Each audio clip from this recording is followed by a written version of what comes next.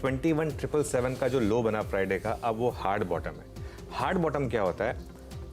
खराब खबर पे मार्केट जो बॉटम बना है, और वो नॉर्मली ना गिफ्ट निफ्टी बना देता है। वो निफ्टी नॉइज वगैरह को इग्नोर करेगा और न्यू ऑल टाइम हाई लगाएगा वापस। मार्केट में लॉन्ग रहे हैं। मैं एक चीज सिंपल बोल रहा हूं, अब यहां पर बहुत जल्द हम नए हाई पर जाने को तैयार हैं निफ्टी पर। इस मार्केट में जल्दबाजी ना करें बेचने की। मैं ये बोल रहा हूं कि कई लोगों को वोटिंग परसेंटेज के आंकड़ों से जबरदस्ती कंफ्यूजन हो रही है। इससे इसका फाइनल रिजल्ट से कोई लेना देना है नहीं, जो वोटिंग परसेंटेज है उसका। आपका जो इन्वेस्टमेंट डिसीजन है ना, वो इसके बेस पर आधारित नहीं हो सकता कि वोटिंग परसेंटेज क्या हो रहा है। मतलब वोटिंग परसेंटेज कम है तो आप सेल करेंगे, वोटिंग परसेंटेज ज़्यादा है तो आप बाय करें, ये नहीं हो सकता। आज मैं एक चीज़ बोल रहा हूँ, और ये थोड़ा सा मैं ट्रेडिंग व्यू से हट के एक व्यू ले रहा हूँ, और वो है कि डर के आगे जीत है। तैयार रहें मार्केट में अपॉर्चुनिटी के लिए। रिकॉर्ड उच्चतम स्तर भारतीय बाजार लगाता हुआ। खुशी इस चीज की है कि आज रिटेल को पैसा बनाने का भरपूर मौका मिला होगा। आज मार्केट एक अच्छी खबर पर, इतनी शानदार खबर पर फ्लैट खुला। हम पूरी चर्चा में सुबह 8 से 9 तक चिल्ला चिल्ला के बोलते रहे कि ये लेने का टाइम है। तो हमेशा रहिए एक कदम आगे, आवाज़ के साथ सुबह से जुड़िए और एक कदम आगे रखिए। कल ने सुबह सुबह बता दिया था कि बेचने का नहीं, लेने का, और ज़्यादा चुनाव की चिंता नहीं करने का। सही है अनुज? Good morning Neeraj ji, good morning Harshada. ये क्या होता है, कॉल्स कई बार सही होती हैं, कई बार गलत होती हैं नीरज जी उसमें। और ह्यूमन माइंड क्या होता है ना, आप सिर्फ अपने सही कॉल्स को आइडेंटिफाई करना चाहते हैं। लेकिन इसमें इशू क्या था ना, ये एक ऐसा महीना रहा है जिसमें बेकार में डर था, और मार्केट ने एक डबल बॉटम बनाया 21,700 का। वो एग्जैक्ट बॉटम इस बार पिक किया गया। और एक चीज़, आई थिंक कल फॉर एग्जांपल, कल तो मार्केट ने बहुत शानदार ट्रेड दी। कल तो मैं आई थिंक 4 या 5 बार मैंने चिल्ला चिल्ला के बोला होगा कि अगर गिफ्ट निफ्टी पे ले लो तो वहाँ ले लीजिए। मार्केट खुलने के बाद इतना आपको मौका दिया मार्केट ने। कल जैसे मौके बहुत कम मिलते हैं। जैसे मार्केट आपको इतनी अच्छी खबर के बाद, मतलब इससे बड़ी मैक्रो खबर हो नहीं सकती थी, वो जो डिविडेंड आया था, उसके बाद भी मार्केट फ्लैट खुल रहा था। प्लस एनवीडिया के नंबर्स का सहारा था, उसके बाद भी मार्केट फ्लैट खुल रहा था।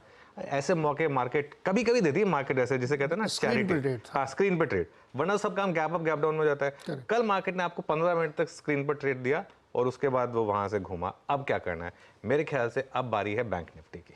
अब बारी है बैंक निफ्टी की। एक चीज समझ लीजिए, ये मार्केट ऑल टाइम हाई पर है अब, और निफ्टी आईटी और Nifty bank all time high पर नहीं है, उसके बावजूद ऑल टाइम हाई पर है।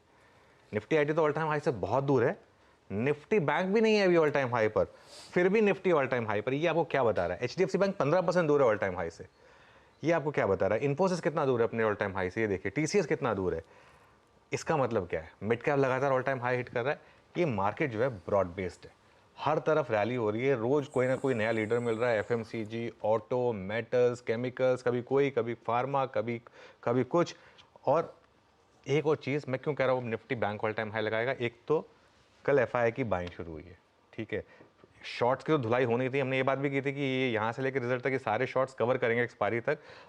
अब मैं जब ट्रेड सेटअप पर आऊँगा दिखाऊंगा आपको किस लेवल की कल कवरिंग हुई है। लेकिन एफआईआई की कैश मार्केट बाइंग देखिए। अब निफ्टी बैंक दूर है अब 1200 पॉइंट अपने ऑल टाइम हाई से, और निफ्टी बैंक की जो कल की रैली है 1000 पॉइंट की, ये मैक्रो इवेंट वाली रैली है। ये एक दिन में खत्म नहीं होगी, ये नॉर्मली 2-3 दिन चलती है। आज मुझे लग रहा है कि अगर किसी भी वजह से गैप डाउन मिल जाए, कुछ मिल जाए ग्लोबल फैक्टर्स की वजह से, वहां पर मुझे लग रहा है बाइंग आ जाएगी।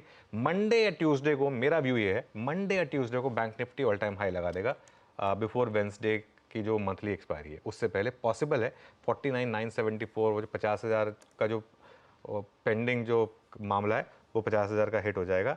अब बस यहाँ से, क्योंकि उसका रीज़न क्या है, अगर ये एफआईआई की बाइंग स्टार्ट हुई है कल से, और ये मोमेंटम अगर उन्होंने सेंस किया है इस मार्केट में, तो सबसे पहले एचडीएफसी बैंक लेंगे। वो कल भी एचडीएफसी बैंक 2-2.5% चला है, अच्छी डिलीवरी बाइंग हुई है वहाँ पर। तो इसके लिए दिक्कत पता है कहाँ आ गई? यहाँ पर दिक्कत एक आ गई, अब 4 तारीख के लिए कुछ नहीं बचा है हमारे पास, या मतलब, और अगर इसी तरह से मार्केट चलता रहा तो 4 तारीख को एंटी क्लाइमैक्स हो जाएगा। पिछली बार भी यही हुआ था 2019 में भी, ये एग्जैक्ट रेप्लिका है 2019 का। आप 2019 का मार्केट देख लीजिए, 2019 में भी पहले 4 फेजेस में मार्केट 4% करेक्ट हुआ, एग्जिट पोल वाले दिन तक मार्केट ऑल टाइम हाई पर आ गया, और एक्चुअल आउटकम वाले दिन जबकि मार्केट की एक्सपेक्टेशन ज़्यादा सीटें आई थी, उसके बाद ही मार्केट नहीं चला था। तो ये मेरे को लग रहा है उसी तरीके से हो रहा है।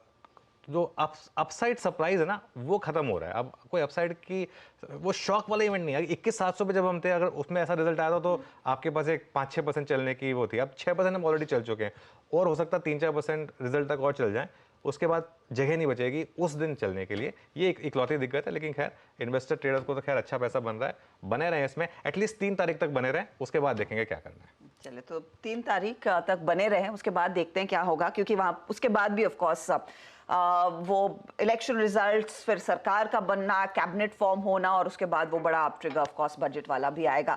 तो इवेंट्स ढेर सारे लाइंड अप हैं। बेसिकली आपको अगर तेजी करनी है, मार्केट में कॉन्फिडेंस है, तो बने रहिए, हर डिप का फायदा उठाइए।